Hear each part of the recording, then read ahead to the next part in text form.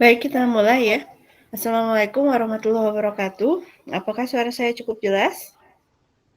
Waalaikumsalam Waalaikumsalam warahmatullahi warahmatullahi wabarakatuh. Cukup jelas, Ibu. Jelas Ibu.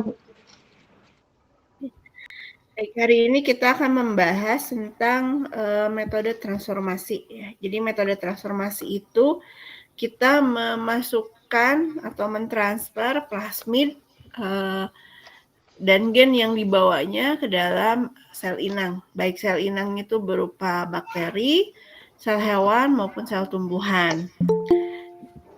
Nah, ini saya bagi dua ya, yang transformasi ke bakteri dan kemudian transformasi ke sel hewan atau tumbuhan.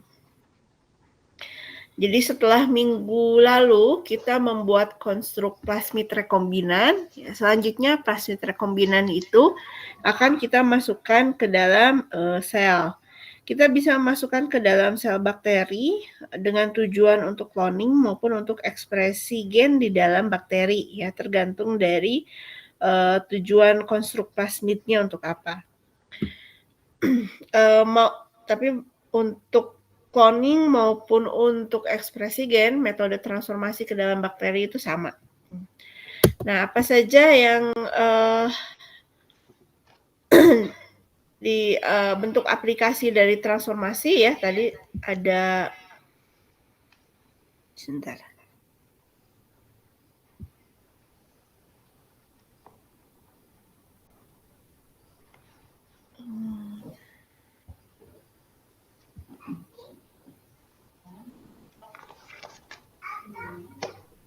Tadi yang mana ya?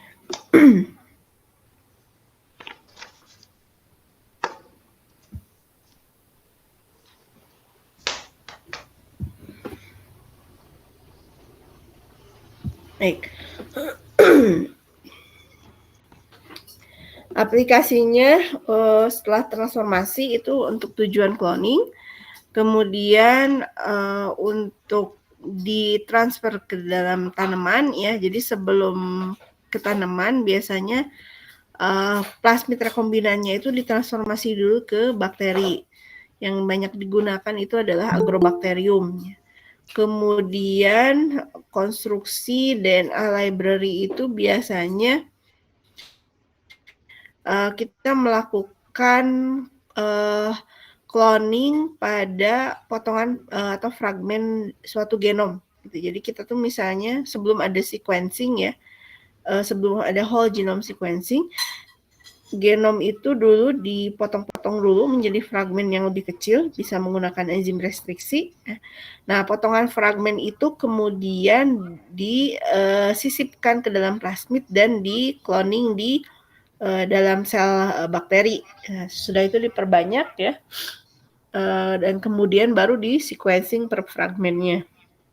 Kalau dulu kan dengan Sanger sequencing, kita hanya bisa mengamplifikasi membaca sequence sekitar 800 sampai 1000 base pair ya. Jadi kalau kita baca genom dulu harus dipotong-potong dulu fragmen genomnya, baru kemudian dibaca di sequencing setelah sebelumnya diperbanyak dulu di sel bakteri, ya itu namanya DNA library.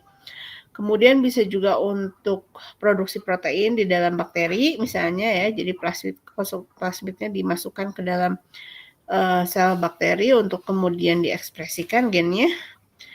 Dan komponen dari transformasi itu ada sel kompetennya ya. Jadi sel kompeten itu adalah sel yang dapat menerima plasmid ASI pada bakteri ya. Istilah sel kompeten itu digunakan pada sel bakteri. Kemudian ada metode transformasi, yaitu metode untuk mentransfer atau memasukkan plasmid ke dalam sel bakteri. Nah, jadi di sini kompeten selnya itu tergantung dari dia akan ditransformasi kemana. Nah, untuk transformasi bakteri, ya, contohnya bakteri yang dapat digunakan itu adalah E. coli, baik itu strain DH5 alpha maupun DH10B. Ini tujuannya untuk cloning biasanya. Nah, kalau untuk kebutuhan transformasi ke tanaman, kita biasanya mentransfer plasmid rekombinan itu ke dalam agrobakterium. Karena agrobakterium itu digunakan sebagai vektor pembawa transgen ya, atau disebut juga sebagai transformasi yang diperantarai atau dimediasi oleh agrobakterium. Ini adalah metode yang umum digunakan pada transformasi tanaman. Nah, kalau pada transformasi hewan, kebanyakan yang dilakukan itu adalah transformasi menggunakan virus atau transformasi secara langsung.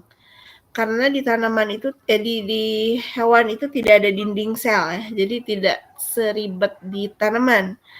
Pada tanaman kita harus menghadapi barrier dari dinding sel. Jadi biasanya kita memanfaatkan bakteri yang menginfeksi tanaman, yaitu yang banyak digunakan adalah agrobakterium, untuk mentransfer transgen atau gen yang kita sisipkan atau yang kita targetkan ke dalam sel tanaman untuk kemudian diharapkan bisa berintegrasi dengan genom inangnya atau genom tanamannya. Strain agrobakterium yang banyak digunakan diantaranya ada AGL, GV3101, EH105, dan LB4404.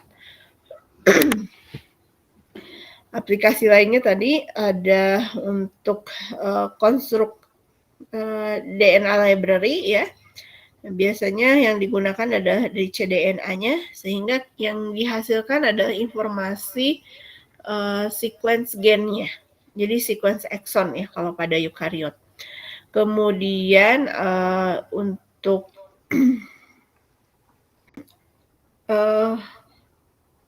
untuk membuat library di phage ya, phage itu yang virus yang menyerang bakteri ya, kita buat library-nya. Lalu untuk protein, untuk produksi protein. Tahap untuk proses transformasi yang umumnya dilakukan adalah tahap preparasi ya, terutama yang pada bakteri yang harus disiapkan itu adalah sel kompeten. Jadi tidak semua sel bakteri itu bisa secara otomatis menerima plasmid asing ya untuk masuk ke dalam selnya. Jadi dia harus dikondisikan dulu supaya sel bakteri tersebut lebih permeabel terhadap masuknya plasmid atau DNA asing. Nah, proses pengkondisian sel bakteri agar dia mampu menerima plasmid asing, nah itu yang kita katakan sebagai proses untuk menghasilkan sel kompeten. Nah, jadi sel kompeten itu adalah sel bakteri yang sudah yang lebih permeabel atau lebih mudah dimasuki oleh plasmid DNA. Nah, misalnya kita lihat ini adalah kondisi dinding sel dan membran sel pada E. coli ya. Ini strukturnya rapat gitu. Nah, jadi dia disebutnya non kompeten. Nah, begitu dikondisikan agar kompeten ya, setelah dikondisikan menjadi kompeten, strukturnya menjadi lebih renggang ya, ada celah yang kemudian itu bisa disisipi atau diselipi oleh DNA plasmid, masuk menyisip ke dalam sel kompeten. Sesudah itu dikondisikan lagi agar dia menutup rapat lagi ya, kembali ke posisi semula, sehingga plasmid yang sudah masuk ke dalam sitoplasma bakteri ini tidak bisa keluar lagi. Jadi dia terjebak di dalam sel.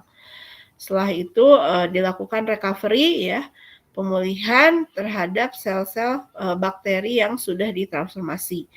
Nanti setelah itu biasanya dilakukan pengujian ya, apakah sel bakterinya sudah berhasil mengandung plasmid rekombinan atau tidak. Nah, untuk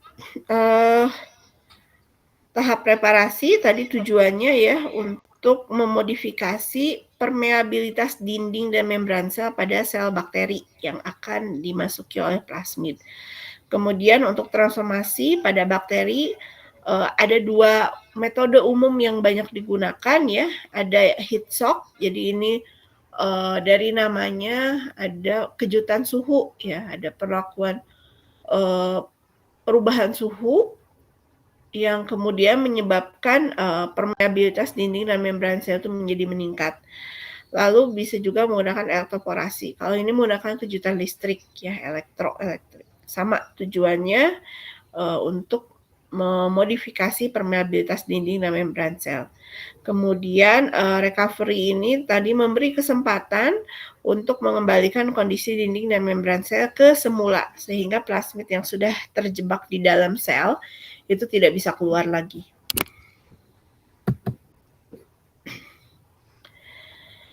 Nah, sel kompeten ini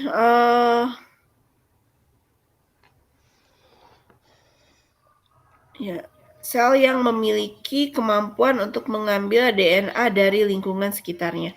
Sebenarnya secara alami gitu ya, ada proses transfer gen antar sel bakteri ya, transfer gen antar sel bakteri. Jadi idenya dari sana, bahwa sel bakteri itu bisa menerima DNA asing dari luar.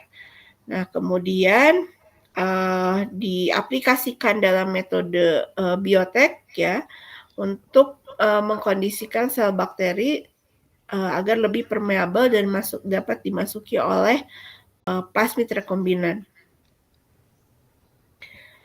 Kemudian jenis sel kompeten yang digunakan itu tergantung dari metode transformasi yang akan nanti diterapkan.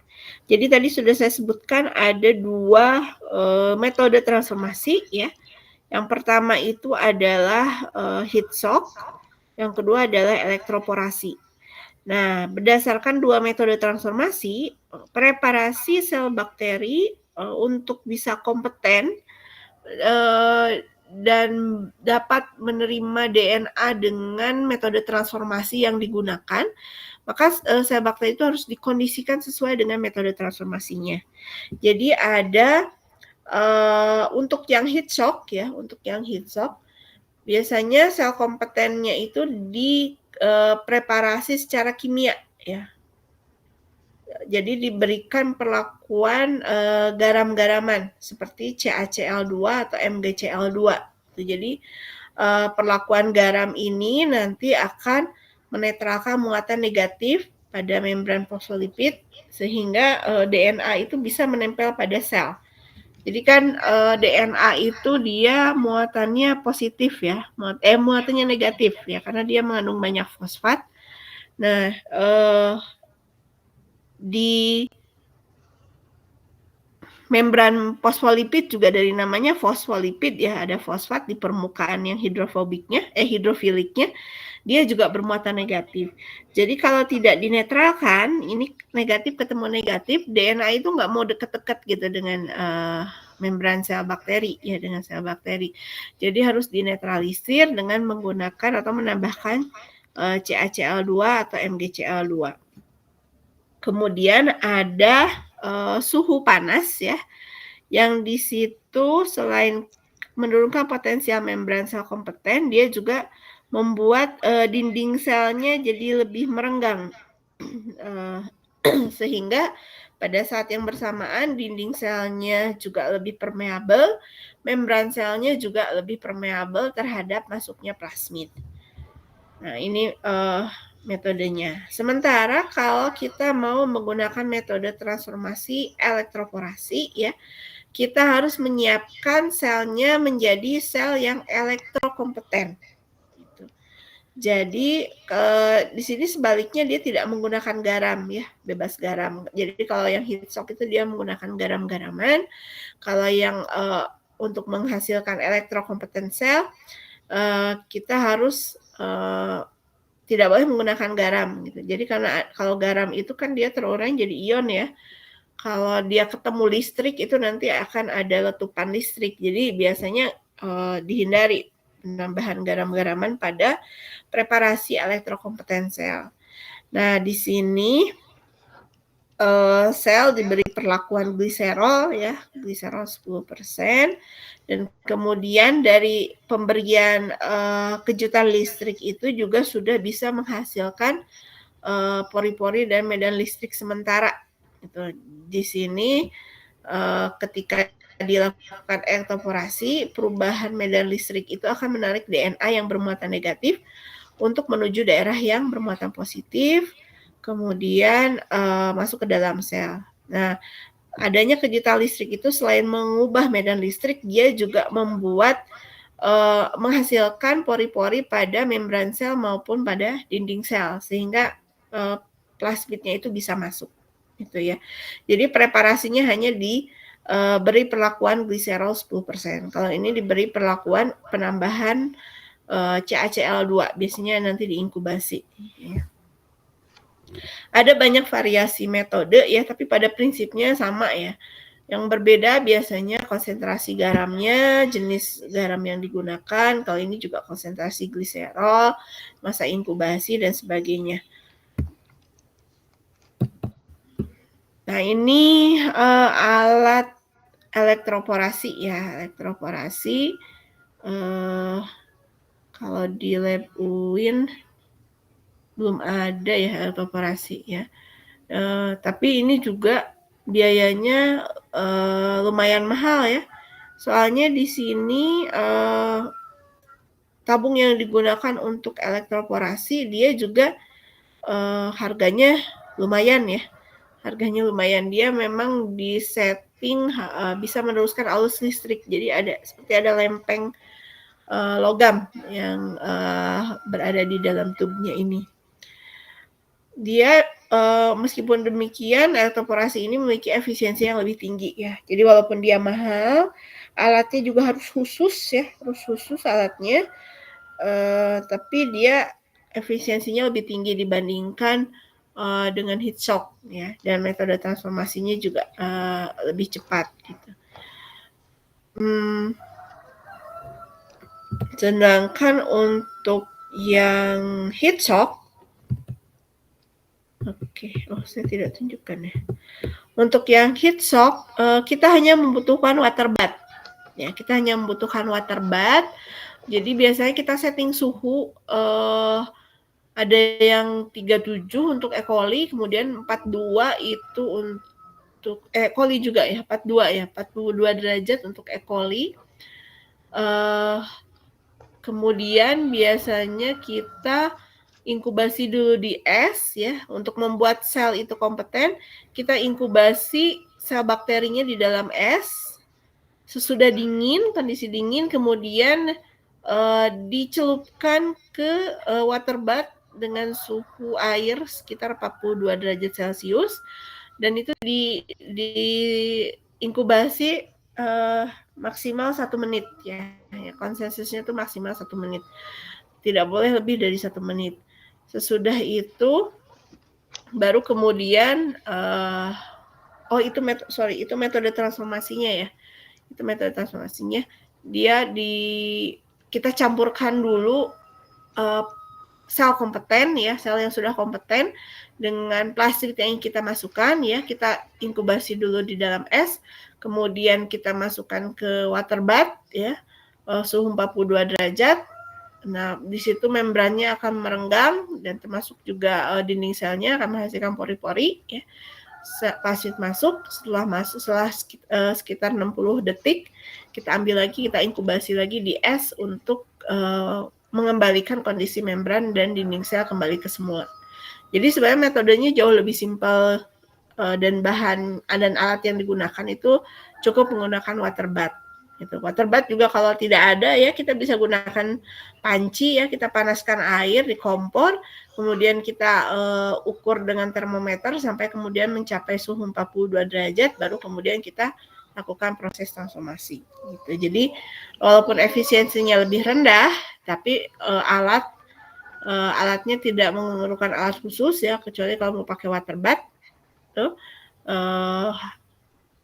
dari segi biaya juga lebih murah untuk menggunakan heat shock. Nah, ini untuk preparasi sel kompeten pada E. coli ya, dengan perlakuan garam-garaman. Jadi pertama kita lakukan, kalau misalnya kita punya stok kultur bakteri yang disimpan di minus 80 ya, atau di minus 20, kita bisa perbanyak dulu ya, diremajakan dulu, diinkubasi pada media cair. Sesudah itu kita atau kalau misalnya kita punya stok bakterinya dalam bentuk strict plate ya, kita ambil satu koloni, kemudian kita inkubasi ya, untuk diperbanyak dulu gitu di dalam biasanya di dalam Erlenmeyer ya, di dalam tabung Erlenmeyer kita perbanyak dulu ya, sampai kemudian mencapai OD tertentu ya. Di sini OD-nya antara 0,4 sampai 2,5. Tapi yang dipilih itu adalah OD yang eksponensial biasanya. Sesudah itu, sesudah kita inkubasi bakterinya, membuat dalam media kultur cair, kita panen ya sel bakterinya dengan sentrifuga, kita dapat peletnya. Nah, kemudian proses ini dilakukan pada kondisi dingin ya. Termasuk sentrifuganya juga harus menggunakan sentrifuga dingin. Jadi sentrifuga dingin ini nanti memastikan selnya tetap kompeten. Jadi sel kompetennya itu ketika kita kondisikan menjadi kompeten, supaya dia tetap kompeten, dia harus berada dalam kondisi dingin. Jadi selama pengerjaan ya, sesudah panen sel bakteri, kita tambahkan CaCl2 atau MgCl2 atau buffer untuk membuat sel kompeten ya. Itu semuanya dikerjakan dalam suhu dingin. Biasanya setelah kita ambil pelet ya, kita masukkan ke dalam es, lalu kita tambahkan buffer untuk membuat sel kompeten ya, untuk mengkondisikan sel menjadi kompeten. Kemudian kita sentrifuga lagi dalam kondisi dingin ya, 4 derajat Celcius. Kemudian kita buang supernatannya, kita tambahkan lagi buffer untuk sel kompeten ya, kemudian di aliquot atau di resuspensi ya, resuspensi dicampurkan dengan pelarutnya. Kalau mau diulang untuk sentrifugasi dingin juga bisa ya, bisa 2 kali gitu, baru kemudian diresuspensi. Dilarutkan sel bakterinya dalam larutan buffer kompeten ya, baru kemudian dialiquot gitu. Kita bisa aliquotnya tuh dalam satu tub kita bisa membagi menjadi 100 sampai 200 mikroliter ya. Dan sesudah itu, ini juga masih dalam kondisi dingin ya. Setelah itu kita langsung masukkan ke minus 80. Nah, ketika kita akan gunakan, baru kita keluarkan satu-satu. Sel kompeten yang sudah dikeluarkan dari minus 80 itu sudah tidak bisa dikembalikan lagi ke kulkas minus 80.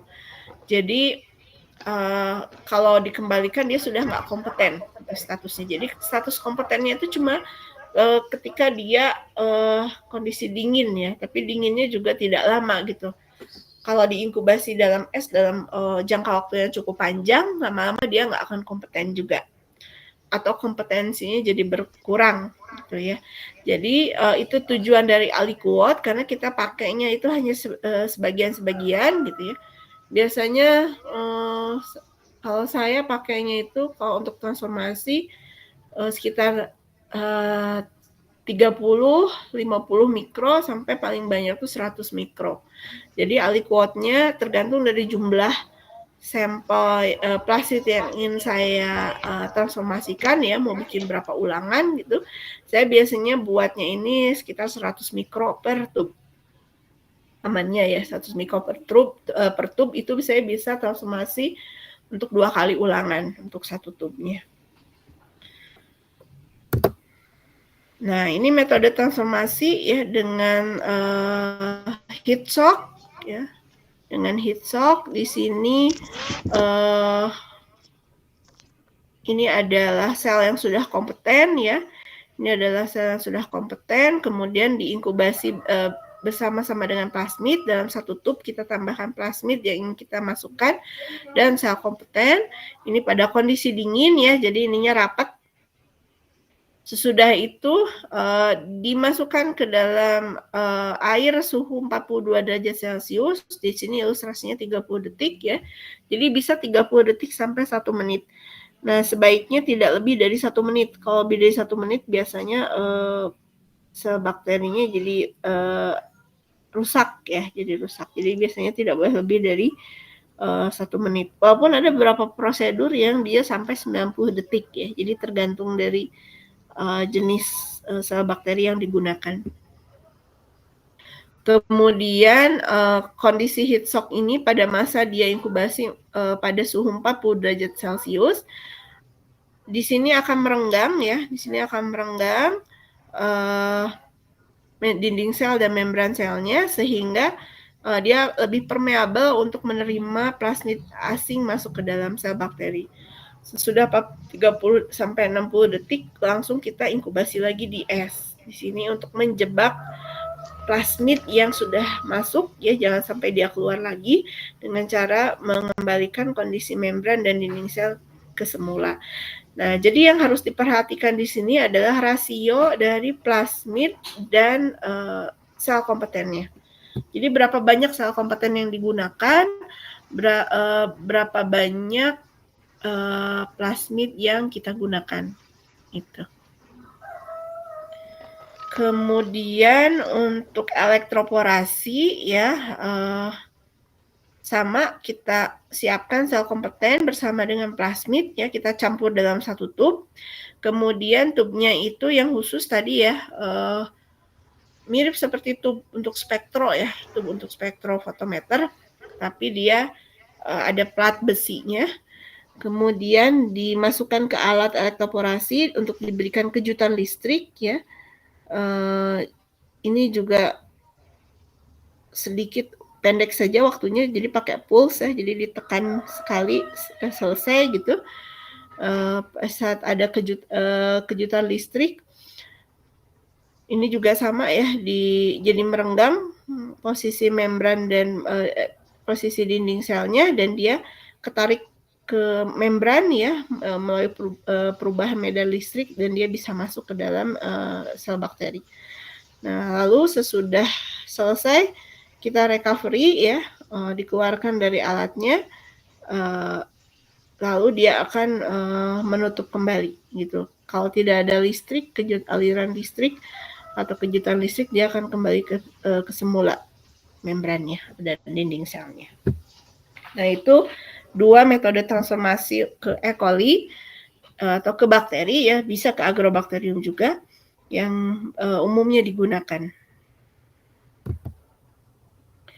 Nah, sesudah transformasi kemudian kita lakukan plating ya. Biasanya hasil transformasinya itu kita sebar ke dalam media ya dengan metode spread ya, disebar gitu, dan ditunggu diinkubasi ya, mana yang berhasil ditransformasi, mana yang tidak gitu. Untuk yang tidak berhasil dimasuki oleh plasmid atau plasmidnya posisinya terpotong ya seperti ini, atau hanya dimasuk oleh insertnya. Nah, ini tidak ada bakteri yang tumbuh di media. Ini karena ada antibiotik ya, ada antibiotik. Jadi kan di sini antibiotik tidak ada yang mengekspresikan antibiotik. Plasmid yang kebuka juga dia tidak bisa mengekspresikan gennya ya. Jadi harus sirkuler utuh baru dia bisa melakukan ekspresi gen. Dalam hal ini dia bisa menghasilkan produk gen yang resisten terhadap antibiotik. Nah, tapi karena terbuka ya, jadi dia tidak bisa menghasilkan produk gen tersebut. Ya, jadi ini bersih ya.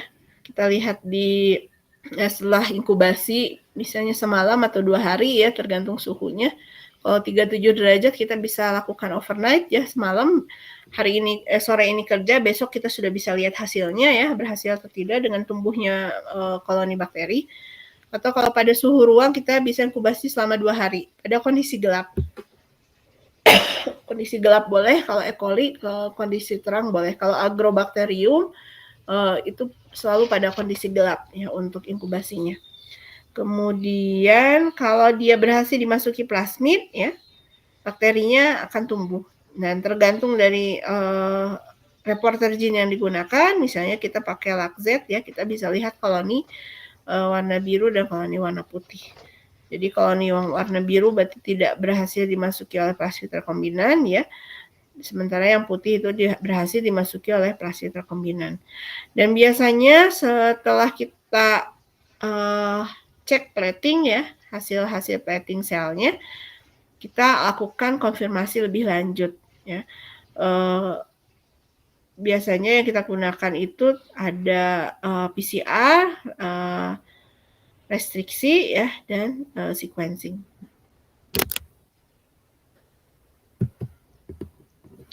Nah, sesudah kita melakukan transformasi ya, kita bisa menyimpan sel bakteri yang sudah berhasil dimasuki oleh plasmid rekombinan pada minus 20 ya, atau kalau mau lebih awet kita buat stok gliserol. Jadi stok gliserol itu dia bahannya seperti minyak ya, dengan viskositas yang lumayan tinggi ya, lebih tinggi dari minyak ya. Dan dia fungsinya itu untuk melindungi sel dari kristal es ya, ketika kita simpan di dalam suhu dingin, terutama minus 80. Jadi kalau kalian lihat di bawah mikroskop ya, kalau air itu membeku, dia tuh akan membentuk kristal kan, yang ujung-ujungnya tuh tajam. Nah, ujung yang tajam itu dia bisa merusak membran sel ya. Dinding sel juga bisa.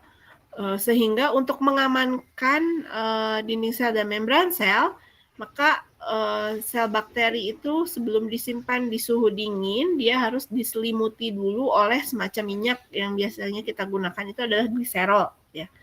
Gliserolnya bisa kita gunakan 100% atau 50%, konsentrasi akhirnya bisa 50%, bisa 80%, bisa di antara 50-80% ya konsentrasi akhir gliserolnya di dalam campuran kultur bakteri dan gliserol, baru kita simpan di minus 80.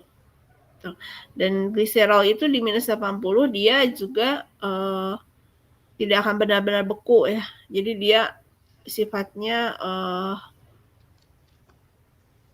bekunya itu tidak sebeku sampai seperti air ya. Jadi begitu kita keluarkan dia juga bisa cepat mencair ya, lebih cepat mencair dibandingkan es. Oke, selain bakteri yang mengandung plasmid rekombinan yang kita simpan, kita juga perlu menyimpan isolat plasmid rekombinan gitu. Misalnya hasil cloning ya, kita masukkan ke E. coli. Sesudah itu sebagian kita perbanyak ya, jadi plasmid rekombinan kita masukkan ke bakteri, sebagian langsung disimpan di minus 80 dalam bentuk stok gliserol ya, sebagian diperbanyak dulu gitu, diinkubasi untuk kemudian diisolasi plasmid rekombinannya, jadi ini sebagai stok juga ya. Nah, kita bisa menyimpan plasmid rekombinan, dan ini cukup disimpan pada minus 20. Bisa di minus 80 juga bisa ya, dan itu tidak perlu pakai gliserol ya, karena di sini kan bentuknya DNA plasmidnya, bukan sel lah. Kemudian yang kita simpan juga adalah sel kompeten di minus 80. Gitu. Jadi ini biasanya 3 perangkat yang kemudian digunakan setelah kita melakukan transformasi pada bakteri, dan ini sel-sel yang harus komponen-komponen yang harus disimpan dan bisa digunakan pada lain kesempatan. Gitu. Misalnya kita punya stok gliserol bakteri ya, sewaktu-waktu kita ingin memperbanyak lagi isolat bakterinya, misalnya ini untuk cloning ya bakterinya. kita ingin mengkloning lagi plastik rekombinannya, kita tinggal ambil stok gliserol, kita inkubasi, perbanyak di media kultur ya, kemudian kita panen gitu. Selanjutnya mau digunakan untuk transformasi lagi, misalnya stoknya agrobakterium ya, kita bisa gunakan lagi untuk transformasi ke tanaman, atau kalau E. coli misalnya kita bisa isolasi plastik rekombinannya untuk penggunaan lebih lanjut. Oke, ini video yang bisa kalian cek ya di YouTube tentang preparasi sel kompeten dan juga tentang metode transformasi yang heat shock. Bisa kalian simak ya.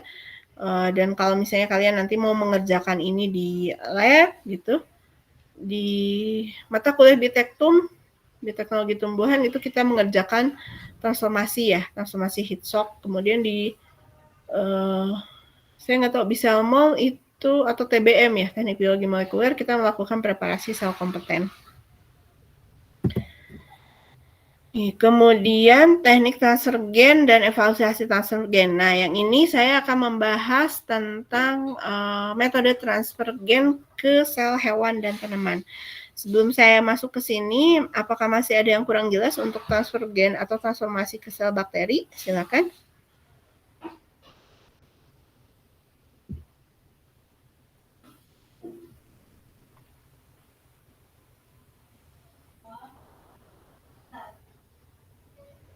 Ya, cukup jelas yang transformasi ke bakteri. Ya, tidak banyak sebenarnya metodenya ya, tapi ya kalian harus pahami itu tahapan kerja dan prinsipnya ya. Jadi ada sel kompeten, kemudian ada metode transformasi, dan setelah transformasi apa yang harus ditindaklanjuti ya, termasuk dalam storage, penyimpanan yang harus disimpan apa, bentuk penyimpanannya seperti apa, itu yang harus diperhatikan. Nah, untuk teknik transfer gen ke sel tanaman dan hewan gitu, istilahnya sebenarnya bisa kita gunakan transformasi juga ya. Bisa kita gunakan transfer gen gitu. Jadi istilah transformasi, transfer gen, kemudian juga pada hewan ada khusus juga namanya yaitu transfeksi ya. Intinya sama semuanya, berusaha memasukkan DNA asing ke dalam sel inang. Nah, saya gunakan istilah transfer gen untuk sel hewan dan tumbuhan karena nanti sel tumbuhan itu ada istilahnya, biasanya menggunakan istilah transformasi, dan pada sel hewan biasanya kita gunakan istilah transfeksi. Nah, transfer gen ini ada metodenya, ada yang secara fisik, ada yang secara kimiawi, ada yang secara biologis. Sebentar.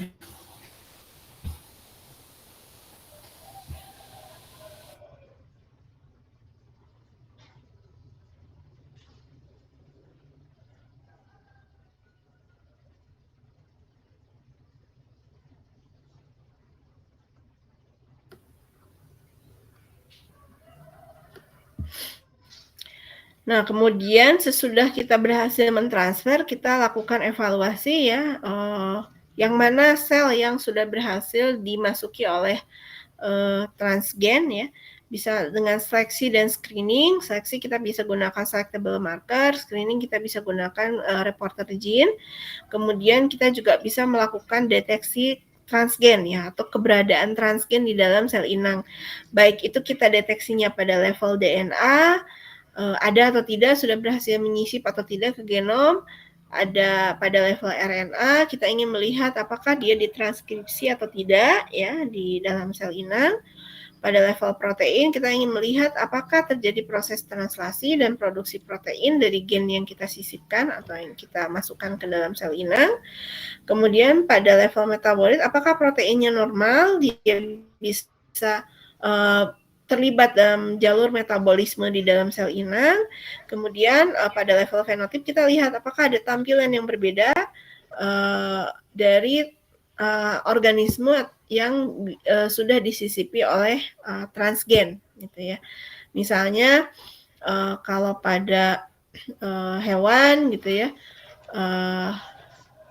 pada sapi misalnya dia menghasilkan daging lebih banyak atau menghasilkan susu lebih banyak.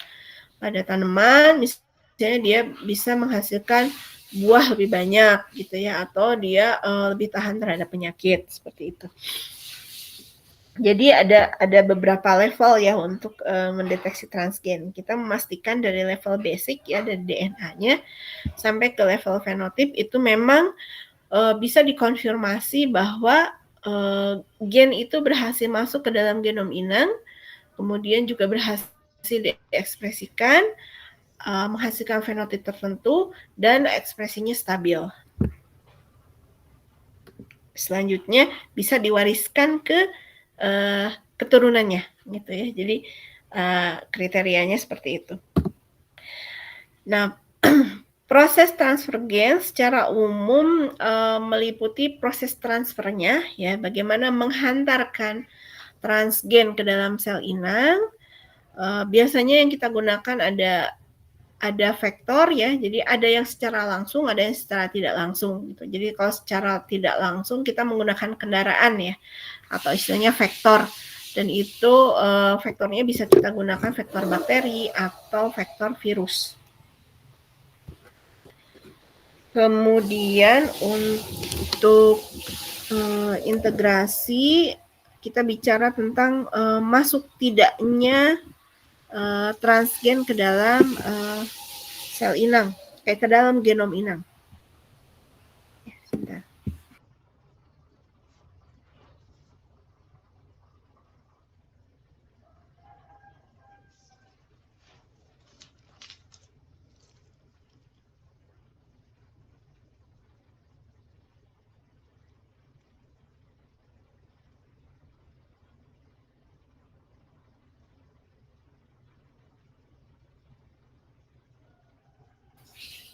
Oke.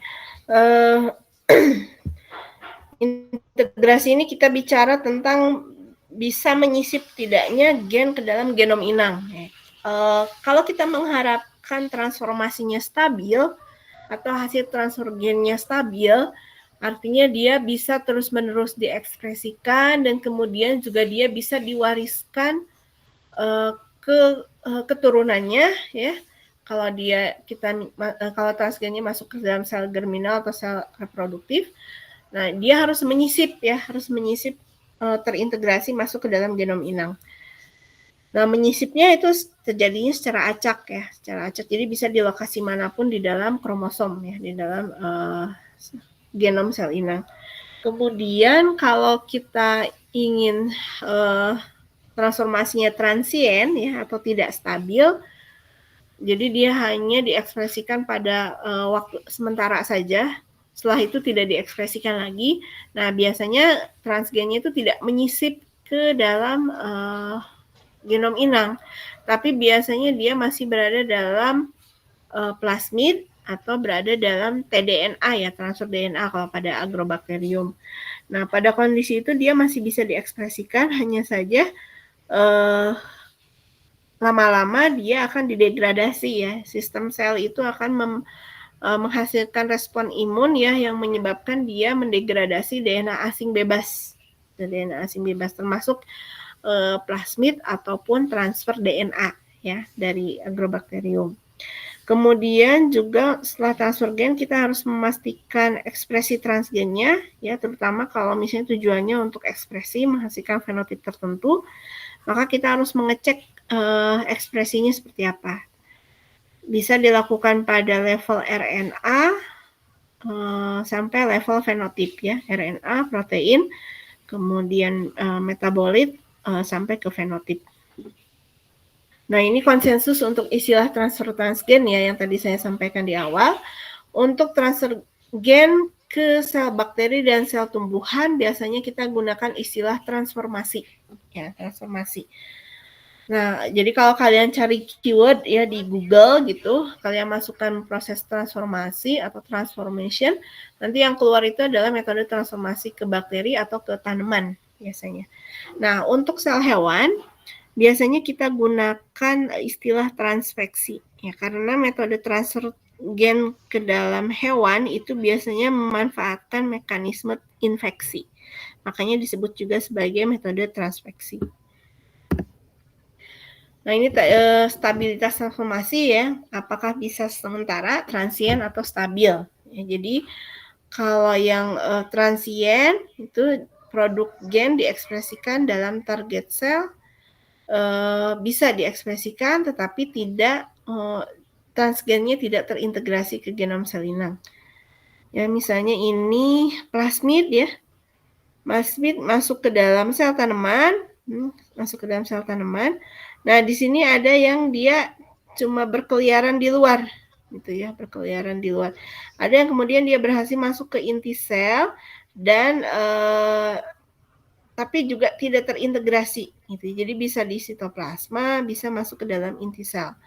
Nah sementara yang terintegrasi dia nanti akan bergabung ya, bagian transgennya dia akan bergabung ke genom inang di sini ya. Bisa jadi ada beberapa copy number ya yang berhasil masuk menyisip ke dalam genom inang.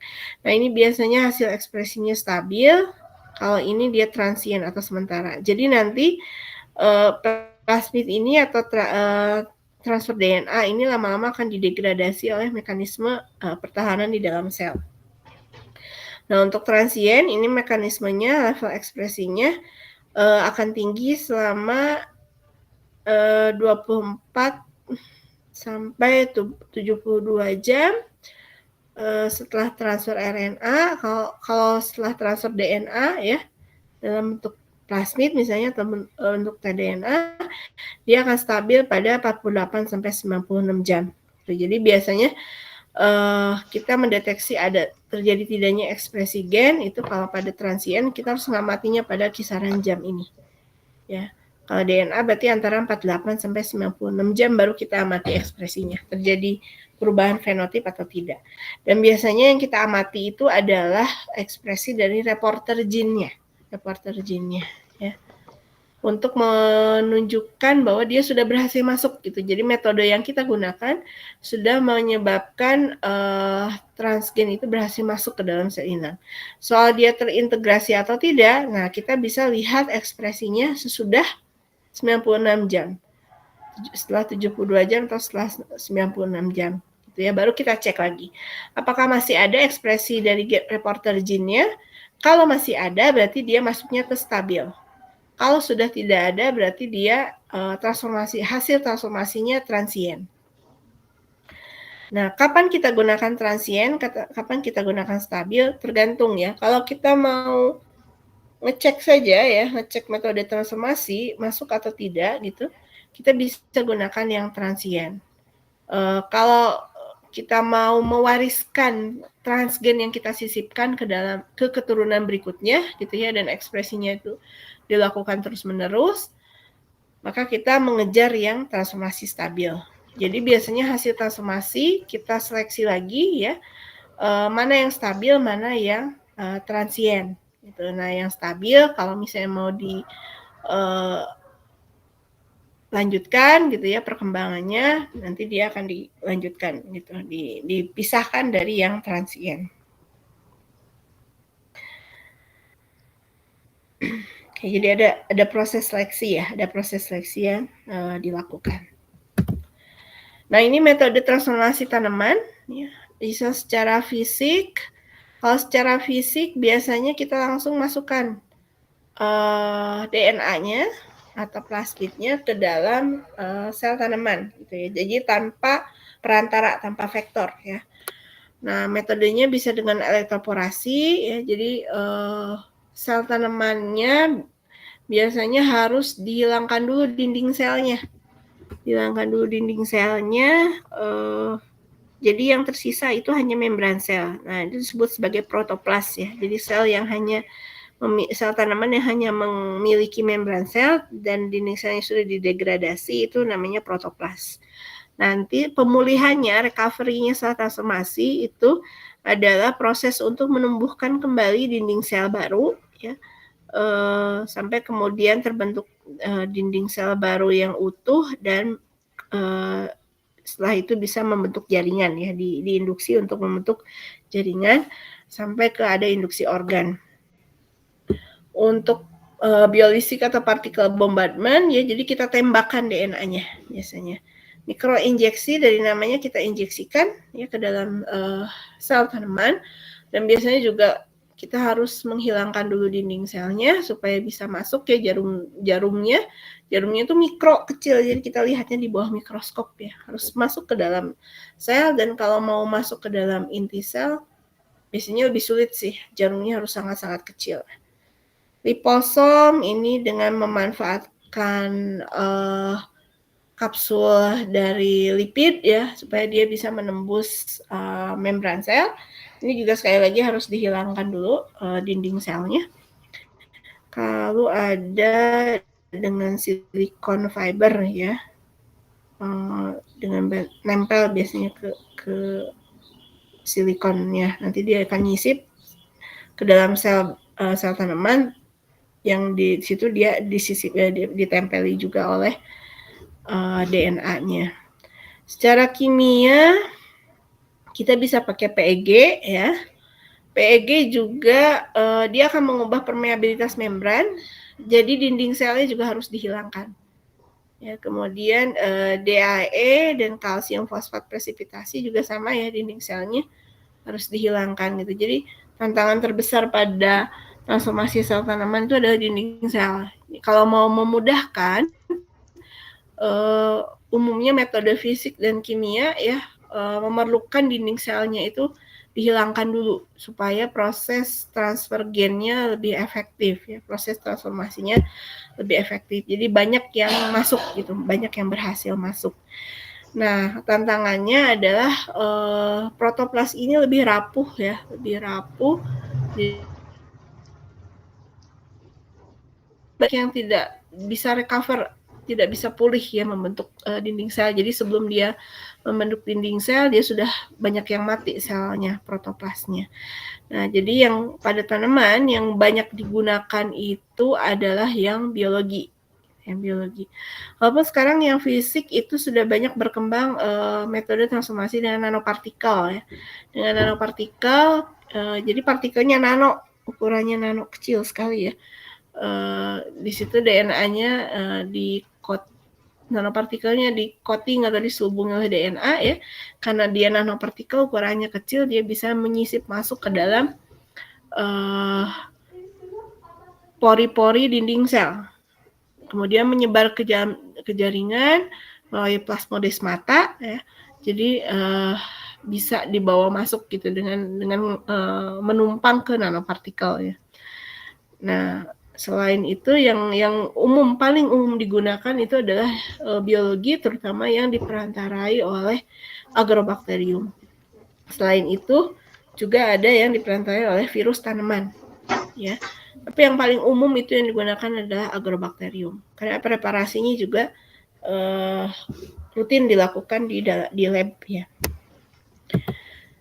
Kemudian untuk proses transfeksi ya, ini ke sel hewan, ada yang berdasarkan viral ya, viral base ya, ada yang non viralnya. Jadi untuk ke sel hewan itu yang banyak digunakan itu adalah yang viral base. Makanya istilahnya namanya transfeksi.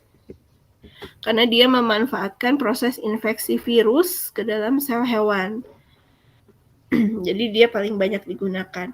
Nah, ini juga sama bisa menghasilkan hasil transfeksi yang stabil ya, ada yang transien. Dan ini tergantung dari jenis virusnya ya. Ada yang bisa mengintegrasikan atau menghantarkan DNA sampai ke genom inang ya. Jadi biasanya dia menginfeksinya sampai ke nukleus ya. Nah, ada yang hanya sampai ke sitoplasma saja.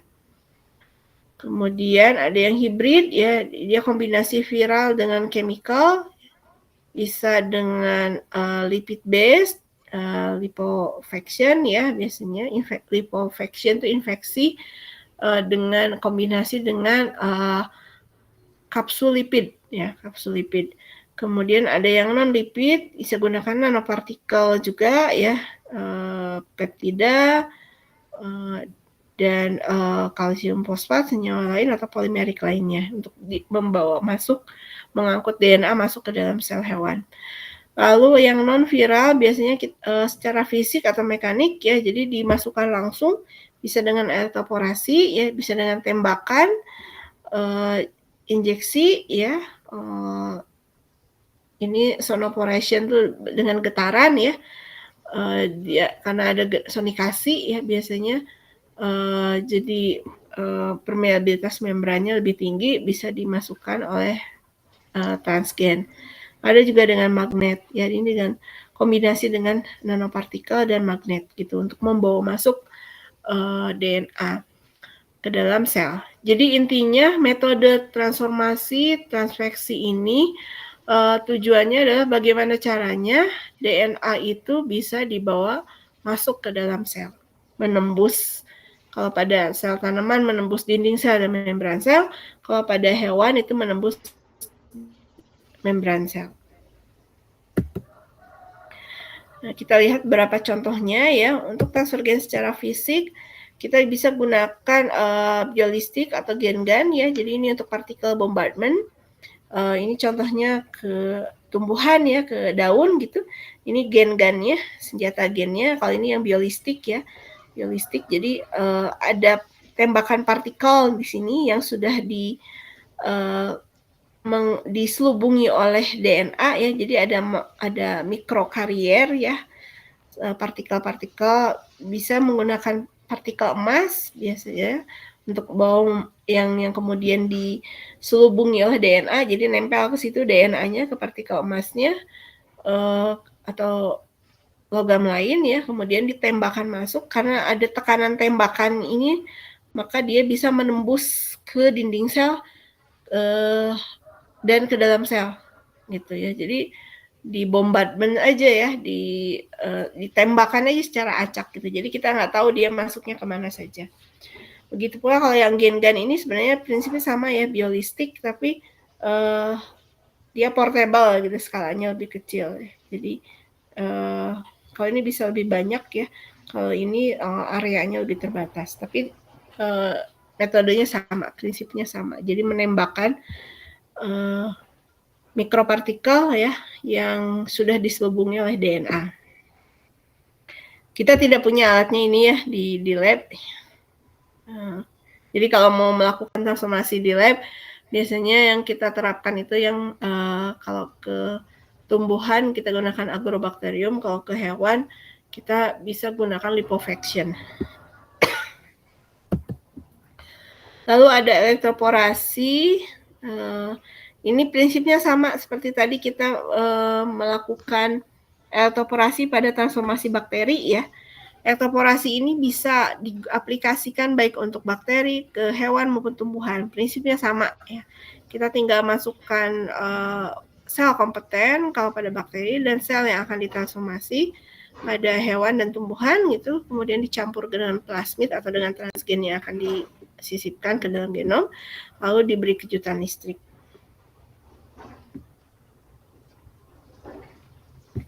Ini kondisi membran selnya ya ketika ada kejutan listrik ya. Jadi yang polarnya itu membentuk pori ya. Ini yang non polarnya jadi tertutup, jadi dia bisa dilewati oleh partikel DNA yang bermuatan. Kemudian mikroinjeksi ya, dari namanya kita injeksikan, kita suntikan DNA-nya ke dalam sel. Jadi ini harus biasanya menggunakan robotik ya.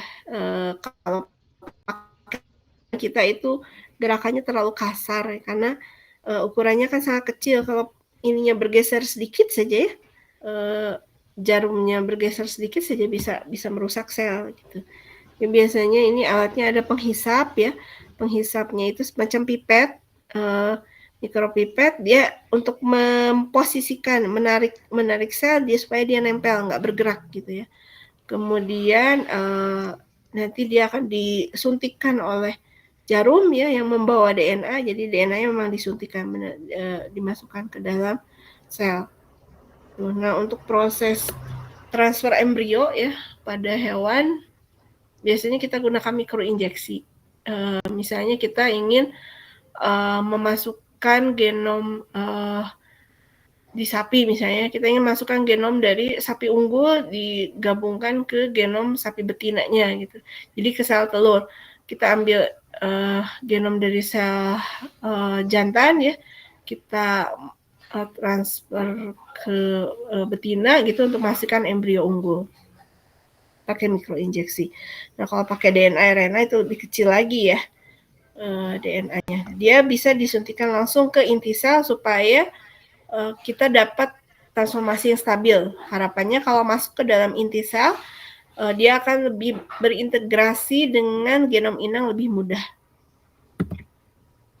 Kemudian transfer gen secara kimia, nah ini pakai PEG ya, kita harus mengkondisikan sel tumbuhannya dengan cara degradasi dinding sel, sehingga kita dapat protoplas ya, ini protoplasnya, jadi dia bentuknya sudah bulat ya, tidak lagi kotak-kotak gitu, karena dinding selnya sudah terurai ya, sudah terurai. Kemudian kita lakukan proses transformasi, kita masukkan ini DNA-nya naked DNA ya, jadi bisa berupa plasmid atau bisa berupa transfer DNA melalui perlakuan dengan PEG dan kalsium ya. Nanti ini akan memposisikan DNA dekat ke membran sel ya, menempel ke membran sel. Nanti PEG ini akan mengubah permeabilitas membran, dia akan bisa masuk gitu, DNA-nya masuk ke dalam sel. Sesudah itu DNA diharapkan masuk ke nukleus ya dan terintegrasi dengan genom inang. Setelah itu kita lakukan proses recovery ya, dengan meregenerasi dinding sel, lalu membuat jaringan ya, biasanya induksi kalus gitu. Setelah itu induksi pucuk, induksi akar, sampai kita dapat plantlet utuh. Nah ini pada tanaman ada yang mudah melakukannya, ada yang susah gitu ya. Yang susah biasanya protoplasnya itu lebih rapuh ya. Kita harus cari metode lain untuk transformasi. Lalu ada liposuction ya, ini banyak dilakukan pada hewan ya, pada tumbuhan juga sebenarnya bisa, tapi lebih banyak diterapkan pada hewan, di mana di sini DNA-nya itu kita bungkus ya, kita bungkus dengan misel liposom ya. Jadi ini bentuknya mirip dengan fosfolipid ya. Jadi ada daerah yang polar, ini ada daerah yang non polar gitu. Jadi ini menggunakan molekul amfifatik juga ya. Nanti di DNA-nya masuk ke sini ya, dimasukkan ke sini. Kemudian ini nanti akan masuk dengan metode endositasi. Ya. Dia masuk ke dalam endositosis ya, endositosis masuk ke dalam, dan di sini nanti terurai membran pembungkusnya atau liposomnya, kemudian didegradasi di lisosom, sementara DNA-nya dia masuk ke nukleus ya, masuk melalui pori-pori nukleus, dan harapannya bisa terintegrasi ke genom inang kalau ingin yang stabil. Oke, nah transfer gen secara biologi ini banyak dilakukan di tumbuhan ya, terutama dengan menggunakan agrobakterium sebagai vektor ya, sebagai pembawanya. Di sini agrobakterium itu memiliki kemampuan untuk mentransfer tDNA ya. Jadi istilahnya ada tDNA atau transfer DNA. Maka plasmid yang kita gunakan itu adalah plasmid binari ya. Plasmid yang dia mengandung tDNA gitu. Jadi tidak plasmidnya khusus ya, plasmidnya khusus. Nah, di sini ada plasmid yang dia mengandung transfer DNA, dan nanti yang masuk ke dalam sel tanamannya itu hanya tDNA-nya saja. Jadi tidak keseluruhan plasmid masuk, tapi hanya tDNA-nya. Nah, tDNA yang masuk itu adalah tDNA DNA yang mengandung DNA asing. Dia akan diharapkan masuk terintegrasi ke dalam genom inang, kemudian dilakukan proses seleksi, kita dapat tanaman. Nah, apa istimewanya Agrobacterium tumefaciens ya? Jadi sebenarnya ada Agrobacterium jenisnya yang digunakan untuk transformasi. Agrobacterium tumefaciens ini nanti digunakan untuk transformasi ke bagian tubuh tanaman ya, baik batang, kemudian daun, dan organ yang daerah shoot ya, daerah pucuk.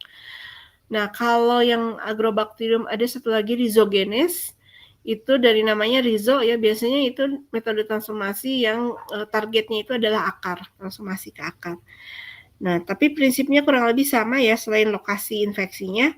Agrobacterium tumefaciens maupun Agrobacterium rhizogenes itu adalah anggota famili dari Rhizobiaceae ya. Dia itu bakterinya ada di alam, di tanah ya, terutama di daerah perakaran. Dia bisa menginfeksi tanaman ya, karena dia membawa komponen virulen. Jadi dia ada satu gen namanya gen vir ya. Vir itu dari virus. Jadi dia memiliki kemampuan untuk menginfeksi. Ya, karena adanya gen vir itu dia bisa menginfeksi tanaman. Dan sesudah dia menginfeksi tanaman, tDNA yang dia transfer masuk ke dalam sel tanaman itu bisa menyebabkan terjadinya tumor. Gitu. Jadi ada TI plasmid ya, tumor inducing plasmid. Nah, yang itu akan menyebabkan penyakit Crohn gall. Ini ya, jadi Crohn gall seperti tumor ya. Jadi dia selnya itu membelah diri secara sporadis, ya, tidak sesuai dengan strukturnya. Jadi dia membentuk semacam gumpalan, struktur gumpalan tambahan ya dari hasil pembelahan sel yang tidak menentu gitu. Tidak ada morfogenesisnya. Dan Agrobacterium ini digunakan secara luas ya di tanaman karena dia virulen terhadap sebagian besar dikotil gitu. Jadi khususnya untuk dikotil ya, Agrobacterium ini bisa menginfeksi banyak gitu, banyak jenis dikotil. Monokotil juga dia bisa menginfeksi beberapa ya, termasuk juga Gymnospermae. Tapi biasanya kalau kita dikotil ya tanamannya, umumnya yang digunakan itu adalah transformasi Agrobacterium tumefaciens. Untuk monokotil juga kita bisa gunakan Agrobacterium ya, tapi biasanya ada modifikasi harus dilakukan supaya dia tetap virulen, bisa virulen, bisa menginfeksi. Kemudian untuk infeksinya ya, Agrobacterium ini memerlukan luka gitu. Jadi biasanya kalau kita transformasi ke jaringan, jaringannya harus kita lukai dulu untuk menarik Agrobacteriumnya. Jadi Agrobacterium itu akan tertarik ke daerah luka ya, nanti dia akan nempel ke daerah luka. Kemudian dia akan melepaskan tDNA-nya di sekitar di jaringan yang terbuka, itu di sel yang terbuka. Nah, ini komponen TI plasmid ya. Nah, kenapa dia bisa menyebabkan tumor? Itu karena di daerah tDNA-nya ada hormon, ada gen yang menghasilkan auksin dan sitokinin. Gitu. Jadi ini adalah gen yang bisa menginduksi terjadinya pembelahan sel ya, auksin dan sitokinin. Tuh, makanya salah satu efeknya dari serangan Agrobacterium itu adalah tumor ya, karena aktivitas dari auksin dan sitokinin pada daerah tDNA. Ini kan yang ditransfer masuk ke dalam sel tumbuhannya.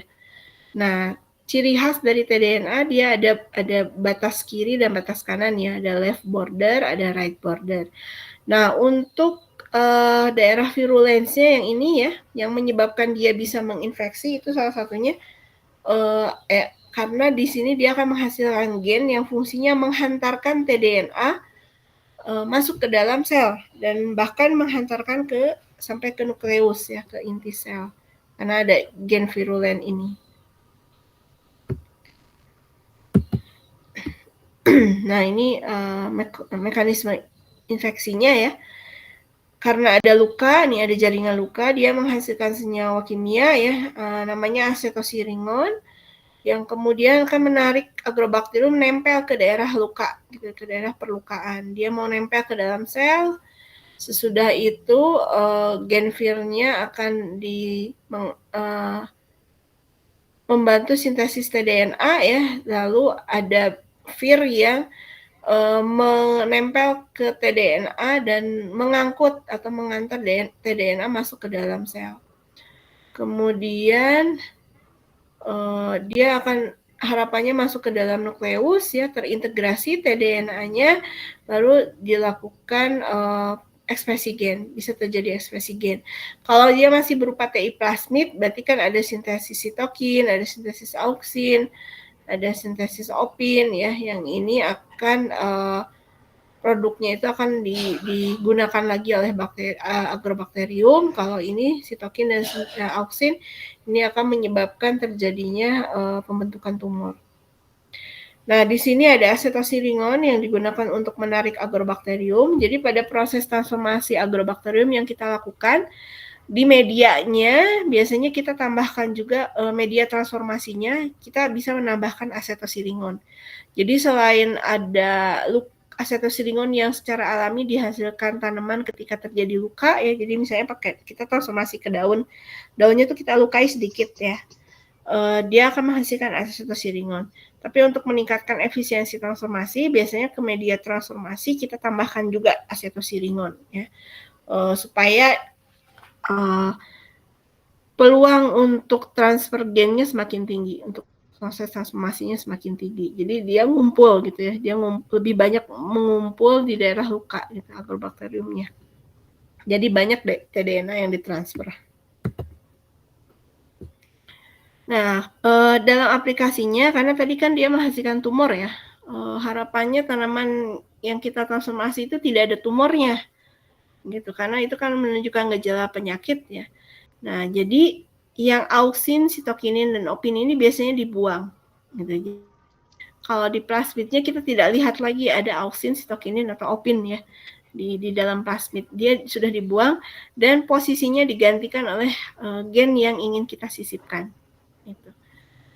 Sehingga nanti konstruk plasmidnya seperti ini gitu ya, ada DNA asing, kemudian ada selectable marker, misalnya ini kanamisin, kemudian ada reporter gene kalau ada ya, biasanya dia dekat dengan DNA asing ya, dengan transgen biasanya digabung. Lalu ada left border, right border ya, dan ini adalah daerah tDNA yang akan terintegrasi masuk ke dalam genom inang. Gitu.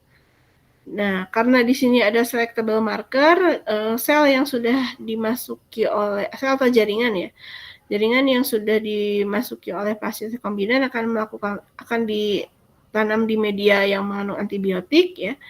Nanti kalau sel yang tumbuh, ada sel yang tumbuh diinduksi, biasanya kita induksi kalus ya. Kalau ada sel yang tumbuh, maka sel-sel itu adalah sel-sel yang berhasil ditransformasi. Sudah masuk ininya, tDNA-nya masuk ke dalam sel, sehingga dia bisa memperbanyak diri ya, menghasilkan kalus di dalam media yang mengandung antibiotik. Kalau dia tidak berhasil ditransformasi ya, sel-sel tumbuhannya jadi mati. Nah, kemudian kita pisahkan sel kalus ya yang berkembang gitu, yang bisa memperbanyak diri, kita pindahkan ke media baru untuk kemudian kita induksi pucuk, induksi akar sampai kita dapat planlet ya. Nanti planlet ini kalau sudah besar kita lakukan aklimatisasi, kita pindahkan ke pot sampai kemudian kita dapat tanaman transgenik. Nah, protokol umum yang digunakan untuk transformasi agrobakterium ya, kita pertama identifikasi mau menggunakan organ apa daun, apakah hipokotil, apakah kotiledon, apakah kalus gitu ya, apakah batang, apakah akar, itu harus kita tentukan. Kemudian kita lakukan proses transformasi. Metode transformasinya itu bisa kita lakukan infiltrasi ya. Ini contohnya agroinfiltrasi, kita masukkan ke daun. Jadi ini daunnya masih di tanaman ya, masih dalam tanaman, kita ambil salah satu daun, kemudian kita injeksikan, ini tanpa siring ya, tanpa siring. Jadi ini mengandung media transformasi yang ada agrobakteriumnya, kita suntikan Sirih ini ke bagian belakang daun. Nah, nanti dia akan merembes masuk ke dalam jaringan daun. Biasanya masuk ke rongga sel ya, antara di sela-sela mesofil daun itu kan dia renggang ya, dia akan masuk ke sela-sela itu. Nah, kenapa dia bisa masuk? Karena di sini ada stomata ya. Stomata itu kan kondisinya kebuka ya. Kalau di siang hari kan dia kebuka untuk melakukan pertukaran oksigen, kemudian itu melewati stomata. Nah, dari stomata yang kebuka itulah cairan ini bisa masuk menyebar ke bagian permukaan bawah daun gitu. Jadi dia masuk ke dalam. Dan kita bisa beberapa titik ya, di sini bisa gitu. Jadi yang harus diperhatikan di sini adalah tekanannya ini ya. Biasanya tapi kalau kita lakukan secara tepat tekanannya, nanti dia akan nyebar, bahkan sampai memenuhi semua bagian daun. Kemudian kalau yang ini biasanya kita targetnya adalah transformasi transien ya. Karena bisa yang stabil ya. Kalau mau stabil, misal hasil di ini biasanya kita sayat, kita potong-potong, kita tanam di media ya, di dalam media. Nanti yang induksi kalus yang berhasil tumbuh berarti dia stabil. Tapi kalau hanya masih berada di dalam daunnya saja gitu ya, biasanya pengamatan yang kita lakukan adalah transformasi transien untuk di sini. Lalu setelah kita cara lainnya bisa dengan direndam ya, Arabidopsis ya. Jadi ini pada Arabidopsis ya, dia tuh ada banyak bunganya. Bunganya kita celup ke media transformasi. Jadi dia masuknya tuh lewat bunga ya. Saluran ada pada bunga ya. Kan di kelopak bunga itu nanti dia akan ada semacam saluran untuk masuk ke daerah ovul ya di bunga. Kemudian germinal ya di bunga, maka itu akan menghasilkan transformasi yang stabil karena yang di buah yang dihasilkan itu adalah hasil dari perkembangan embrio yang sudah ditransfer oleh gen. Nah ini dicelup, caranya dicelup gitu ya. Selama berapa detik gitu sudah itu diangkat dan dibiarkan. Ada juga yang dengan cara direndam gitu. Jadi explant kita rendam di dalam media transformasi ya, misalnya selama 30 menit, 60 menit gitu ya, atau 15 menit, atau juga bisa dengan bantuan vakum ya, di vakum. Jadi untuk menarik agrobakteriumnya agar nempel ke daunnya. Karena di situ ada luka ya, jadi dia akan mengumpul di sekitar jaringan yang luka. Sesudah lakukan kokultivasi ya. Jadi yang sudah diinfeksikan dengan agrobakterium kita biarkan gitu. Kalau misalnya pada daun ya kita rendam potongan daun dalam kultur yang mengandung kita pindahkan ke media MS ya yang tidak mengandung agen selektif gitu. Jadi tidak ada antibiotik yang membunuh agrobakterium. Namanya ditingkatkan ya infeksinya. Kalau misalnya kita menggunakan potongan daun ya habis direndam, kita lalu simpan di media agar ya, di media agar masih ada agrobakteriumnya nempel ya di daunnya dan kita biarkan biasanya selama ada yang 2 hari, ada yang 3 hari ya untuk memastikan proses transfer tDNA itu terjadi cukup banyak ke dalam sel tanaman. Kultivasi ya, kita bunuh agrobakteriumnya dengan antibiotik. Jadi kita ambil explannya, kita rendam dalam larutan antibiotik ya, dicuci dalam larutan antibiotik supaya agrobakteriumnya mati. Sesudah itu baru kita tanam kembali di media ya, media padat baru yang sudah ada agen selektifnya, kanamisin misalnya. Ini untuk seleksi plasmidnya ya, mengandung tDNA-nya, karena kan tadi di konstruk plasmid itu ada selectable marker juga ya di tDNA-nya. Kemudian kalau masih survive, dia masih bisa menghasilkan kalus, atau misalnya kita sengaja langsung induksi pucuk ya, kita lakukan proses regenerasi sampai menghasilkan planet utuh yang ada pucuk, ada elongasi batang, dan kemudian ada pembentukan akar. Tanamannya sempurna, kita pindahkan ke media tanah, ya, media tanah aklimatisasi, baru pindahkan ke pot. Nah, ini rangkaian prosesnya untuk transformasi agrobakterium. Nah, untuk virus, kita lakukan proses infeksi ya, infeksi dengan virus, langsung diinfeksikan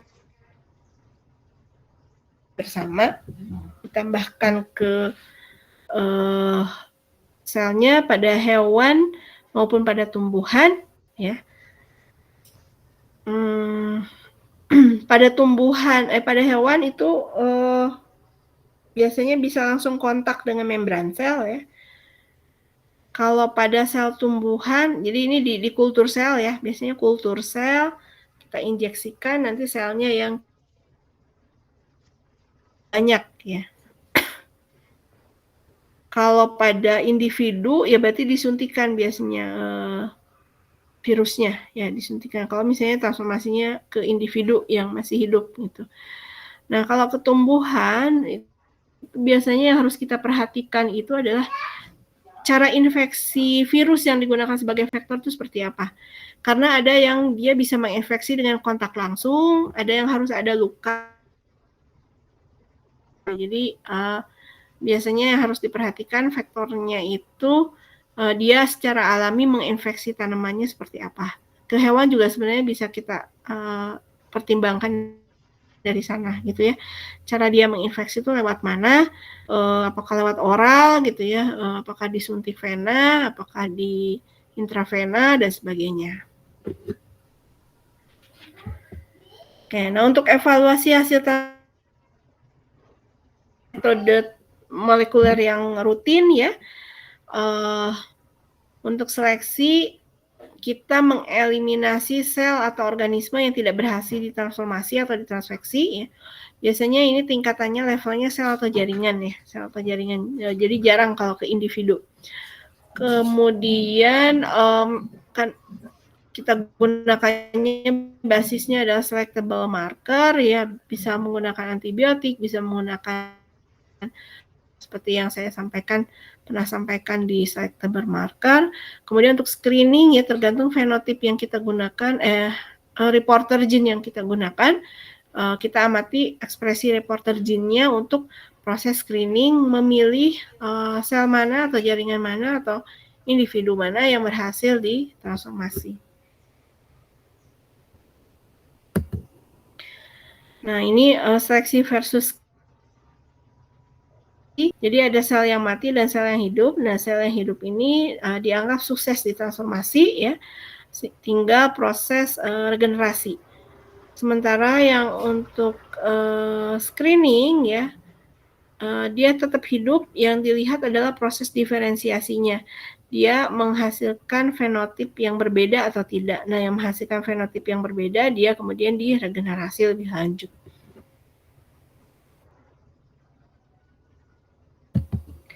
Nah, untuk deteksinya kita lakukan mulai dari level DNA sampai ke fenotip ya.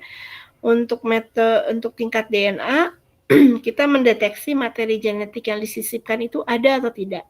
Kita bisa gunakan PCR ya untuk deteksinya. Jadi kita isolasi genomnya, lalu kita amplifikasi dengan primer spesifik ya yang mentarget. Kalau keluar amplikonnya berarti sudah masuk gitu ya, sudah berhasil masuk ke genom inang, sudah terintegrasi ke genom inang. Kemudian pada tingkat ekspresi gen berarti kita isolasi RNA ya, Lalu sintesis DNA dan dengan primer yang spesifik kita lihat apakah ada mRNA yang dihasilkan ya, dari transgen. Lalu pada tingkat protein kita gunakan SDS page, bisa gunakan blotting ya, yang Western blotting untuk mendeteksi produksi protein. Lalu pada tingkat metabolit kita bisa gunakan deteksi senyawa-senyawa yang terlibat dalam jalur metabolisme tersebut gitu ya. Bisa senyawa intermediate-nya, bisa senyawa produknya gitu. Dari hasil aktivitas gen yang tadi muncul atau tidak gitu ya. Dan kalau sudah besar gitu ya tanamannya, kita bisa melakukan tanaman atau hewannya, kita bisa melakukan deteksi fenotip, analisis fenotip. Dia menunjukkan fenotip yang berbeda nggak dengan adanya penyisipan transgen. Jadi kita sudah tahu dulu fungsi gen itu untuk apa, nanti fenotip itu muncul atau tidak di organisme atau individu itu. Bisa yang berbasis PCR, lalu ada sequencing, ada blotting, microarray ini untuk ekspresi gen ya, lalu ada ELISA dia untuk bisa ke metabolit ya untuk deteksi metabolit, lalu ada analisis fenotip untuk mendeteksi kemunculan fenotip ya, bisa dengan ekspresi dari reporter gene ya, bisa juga dengan hasil baru apa pada organisme tersebut. Ini contoh proses seleksi, screening, dan deteksi ya. Misalnya ini pada tanaman, proses seleksinya ini menggunakan antibiotik ya. Jadi yang bisa hidup berarti dia yang sudah berhasil ditransformasi. Lalu kita lakukan regenerasi. Sesudah itu kita dapat tanaman. Misalnya tanamannya ini kita harapkan bisa tahan terhadap kekeringan. Nah, kita coba tanam di pot yang airnya itu sedikit gitu ya. Jadi cenderung kering. Dia masih bisa tumbuh atau tidak. Nah, kalau masih tumbuh, bisa tumbuh, berarti transformasi transgennya berhasil. Menghasilkan fenotip tahan kekeringan pada tanaman. Nah, untuk konfirmasi deteksi kita bisa ini mendeteksi keberadaan gen transgen di dalam tanaman. Pada hewan misalnya kita lakukan transfeksi ke kultur sel, misalnya kultur stem cell ya. Nanti sel yang terintegrasi dengan transgen kita bisa ambil inti selnya, genomnya, kita masukkan ke dalam embrio ya, sel telur ya, sel telur lalu terintegrasi dan kita bisa menghasilkan cloning ya, cloning. Lalu dilakukan transfer embrio ya, jadi embrio yang sudah berhasil tumbuh itu kita masukkan ke uterus dari hewan penerima sampai kemudian dihasilkan keturunan yang mengandung transgen. Gitu. Oke, demikian proses transfer gen ya sampai ke evaluasinya. Ada yang mau ditanyakan dulu atau ada yang kurang jelas? Silakan.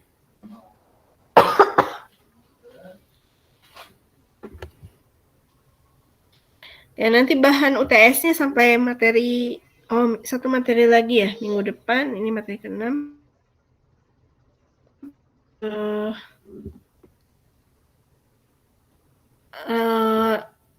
Ekspresi gen ya, bukan, untuk regulasi ekspresi gen dan regulasi modifikasi sequence ya pada rekayasa genetik ya, masih satu materi.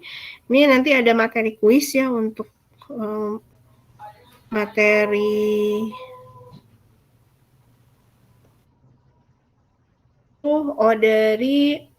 dari restriksi ya, dari restriksi, selectable marker, reporter gene, dari plasmid ya, dari plasmid, kemudian restriksi, selectable marker, reporter gene, konstruk plasmid rekombinan sampai ke seleksi screening.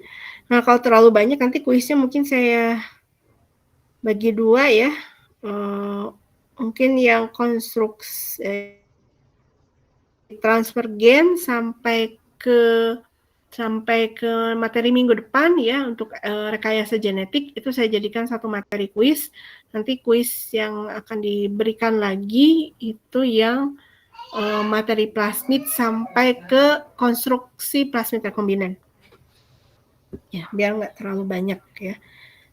Nanti kuisnya mungkin saya berikan sekaligus ya sesudah pertemuan ke-7 ya. Untuk dua kelompok materi tadi ya akan disampaikan sekaligus dan bisa dikerjakan secara online. Oke, mudah-mudahan bisa membantu proses review ya sebelum nanti kalian mengerjakan UTS-nya. Tidak ada pertanyaan? Ya, mudah-mudahan bisa dicerna ya. Ada memang banyak istilah ya, tapi kalian pegang itu adalah prinsipnya ya. Jadi kalau misalnya tadi saya menjelaskan prinsipnya itu masih sama ya. Prinsipnya itu ada proses seleksi, ada proses screening, ada proses berhasil tidaknya transformasi. Metodenya juga untuk transformasi untuk bakteri terutama juga tidak terlalu ribet ya, mudah diingat prinsipnya. Yang penting dia bisa masuk menyisip ke dalam sel inang.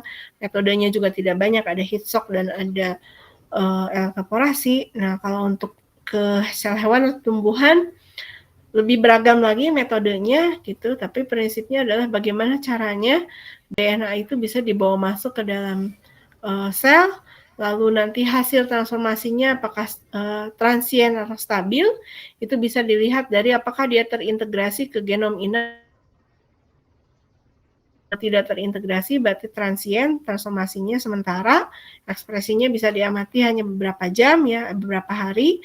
Kemudian kalau dia stabil, dia terintegrasi dalam genom inang dan bisa terus diekspresikan dan bahkan diwariskan ke keturunan berikutnya. Gitu. Kemudian juga yang harus dipastikan adalah bagaimana kita menyeleksi dan melakukan screening serta atau terhadap sel jaringan yang sudah berhasil ditransformasi gitu, untuk dilakukan analisis selanjutnya atau pengamatan selanjutnya. Mungkin itu yang bisa saya sampaikan. Kalau tidak ada pertanyaan, saya akhiri pertemuan hari ini. Terima kasih atas perhatiannya. Kita masih ada satu materi lagi minggu depan ya. Wassalamualaikum warahmatullahi wabarakatuh. Waalaikumsalam warahmatullahi wabarakatuh. Terima kasih, Bu. Terima kasih, Bu.